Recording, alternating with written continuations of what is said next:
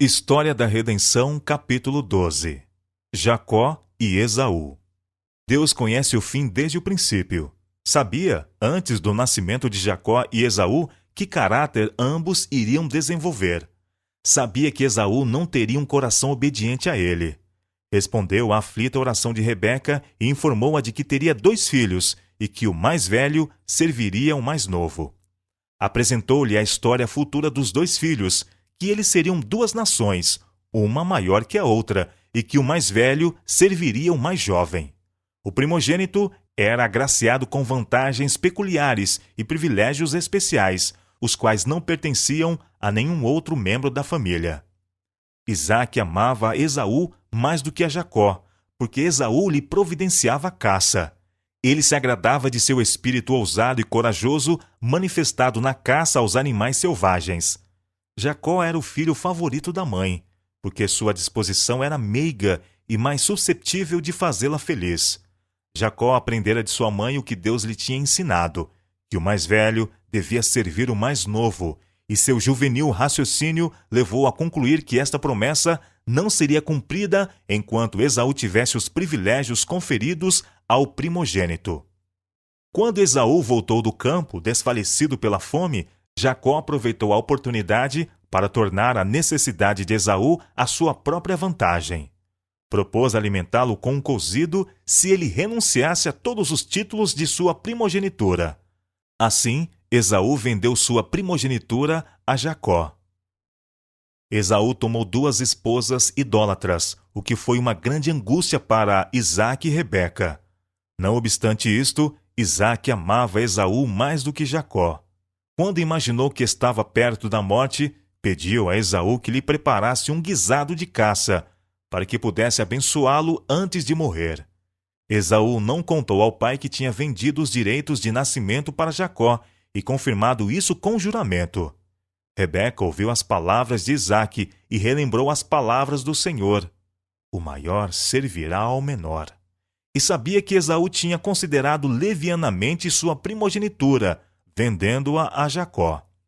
Persuadiu Jacó a enganar seu pai, recebendo pela fraude as bênçãos paternas, as quais, pensava, não pudessem ser obtidas de outra maneira. Jacó, a princípio, não desejava praticar esse engano, mas, finalmente, consentiu com os planos de sua mãe. Rebeca tinha conhecido da parcialidade de Isaque para com Esaú e estava convencida de que argumentos não mudariam seu propósito. Em vez de confiar em Deus, o ordenador dos eventos, manifestou falta de fé, persuadindo Jacó a ludibriar seu pai. Nisso, o procedimento de Jacó não foi aprovado por Deus. Rebeca e Jacó deviam ter esperado que Deus executasse seus propósitos à sua própria maneira e em seu próprio tempo, em vez de procurar cumprir os eventos preditos com a ajuda do engano. Se Esaú tivesse recebido a bênção de seu pai, que era conferida ao primogênito, sua prosperidade só poderia ter vindo de Deus. E ele tê-lo-ia abençoado com prosperidade ou atraído sobre ele adversidade, de acordo com seu procedimento. Se ele amasse e reverenciasse a Deus como o justo Abel, poderia ser aceito e abençoado por Deus.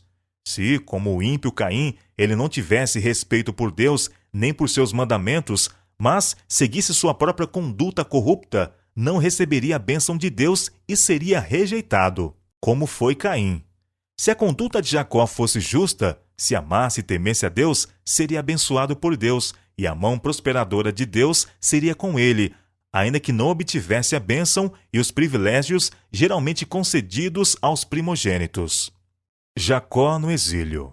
Rebeca arrependeu-se amargamente do conselho errado que havia dado a Jacó, pois isto significou sua separação dela para sempre. Ele foi compelido a fugir para salvar a vida da ira de Esaú, e sua mãe nunca mais voltou a ver-lhe o rosto. Isaque viveu muitos anos depois de ter abençoado a Jacó, e ficou convencido, pela conduta de Esaú e Jacó, que a bênção certamente pertencia a Jacó. Jacó não foi feliz em seus casamentos, embora suas esposas fossem irmãs. Ele formulou com Labão um contrato de casamento com sua filha Raquel, a quem amava. Depois de ter servido 7 anos por Raquel, Labão o enganou e lhe deu Lia. Quando Jacó compreendeu o engano que tinha sido praticado contra ele e que Lia tinha tido parte em enganá-lo, ele não pôde amá-la. Labão desejou reter os fiéis serviços de Jacó por maior espaço de tempo. Então o enganou, dando-lhe Lia em lugar de Raquel. Jacó reprovou Labão por leviandade com suas afeições, dando-lhe Lia a quem não amava. Labão persuadiu Jacó a não repudiar Lia, pois isso seria considerado uma grande desgraça, não somente para a esposa, mas para toda a família. Jacó foi colocado numa posição muito difícil, mas decidiu ainda reter Lia e também casar com sua irmã. Lia era amada com muito menos intensidade do que Raquel. Labão era egoísta em seus negócios com Jacó. Pensava unicamente em vantagens próprias do fiel labor de Jacó. Este teria deixado o astucioso Labão muito antes, mas temia encontrar-se com Esaú. Ouvia as queixas dos filhos de Labão dizendo: Jacó se apossou de tudo o que era de nosso pai, e do que era de nosso pai juntou ele toda essa riqueza. Jacó, por sua vez, reparou que o rosto de Labão não lhe era favorável como anteriormente. Jacó ficou angustiado. Não sabia para que lado se volver. Apresentou seu caso a Deus e rogou pela sua direção.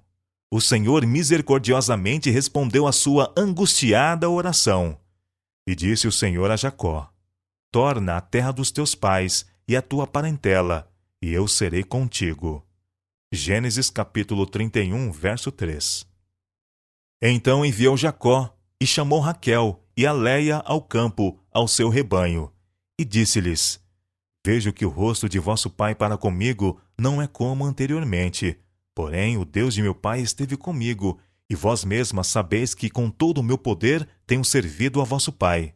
Mas vosso pai me tem enganado e mudou o salário 10 vezes, porém Deus não lhe permitiu que me fizesse mal. Gênesis capítulo 31, versos 4 a 7. Jacó relatou-lhes o sonho que Deus lhe dera, para deixar Labão e ir à sua parentela. Raquel e Lia expressaram seu descontentamento pelo procedimento de seu pai. Quando Jacó lhes relatou seus enganos e propôs deixarem Labão, Raquel e Lia disseram: Há ainda para nós parte ou herança na casa de nosso pai?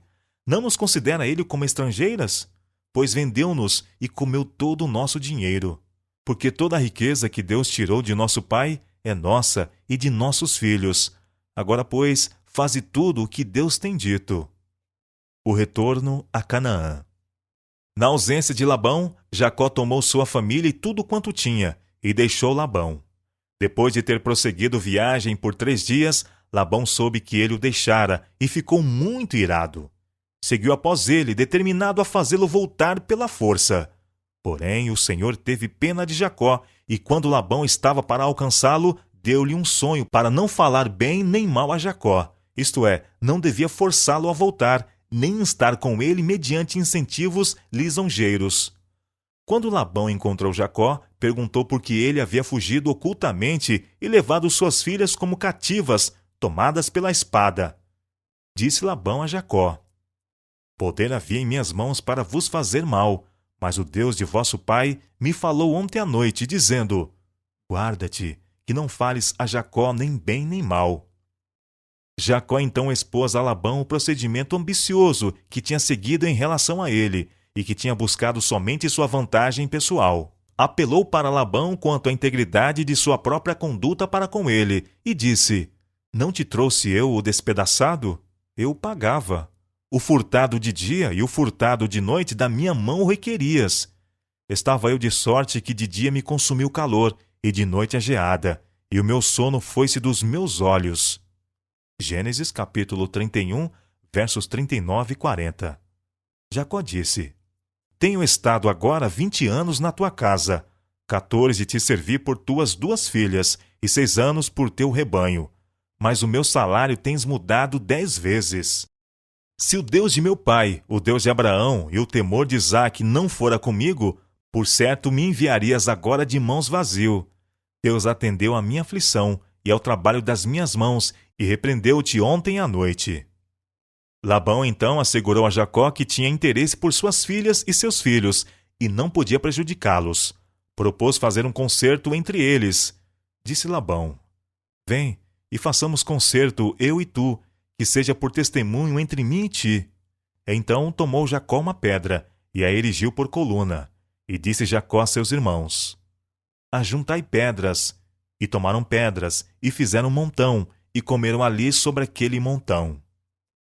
Disse Labão: Atente o Senhor entre mim e ti, quando nós estivermos apartados um do outro. Se afligires as minhas filhas, e se tomares mulheres além das minhas filhas, ninguém está conosco. Atenta que Deus é testemunha entre mim e ti. Jacó fez um solene concerto diante do Senhor de que não tomaria outras esposas. Disse mais Labão a Jacó: Eis aqui este mesmo montão, e eis aqui essa coluna que levantei entre mim e ti.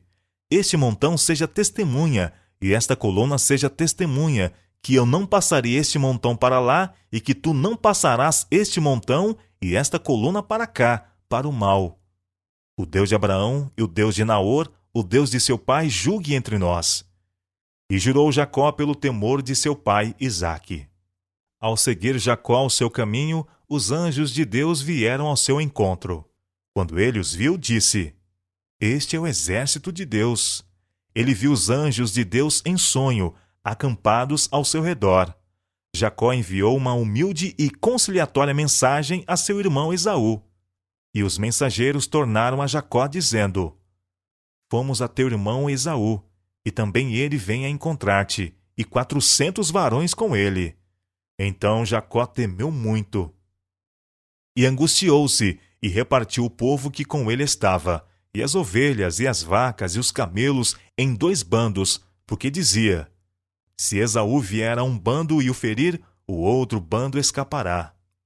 Disse mais Jacó: Deus de meu pai Abraão e Deus de meu pai Isaque, ó Senhor, que me disseste: Torna a tua terra e a tua parentela, e te farei bem. Sou indigno de todas as misericórdias e de toda a fidelidade que tens usado para com teu servo, pois com apenas o meu cajado atravessei este Jordão, já agora sou 2 bandos. Livra-me das mãos do meu irmão Esaú, porque eu o temo, para que não venha ele matar-me e as mães com os filhos. E disseste: Certamente eu te farei bem, e dar-te-ei a descendência como a areia do mar, que pela multidão não se pode contar.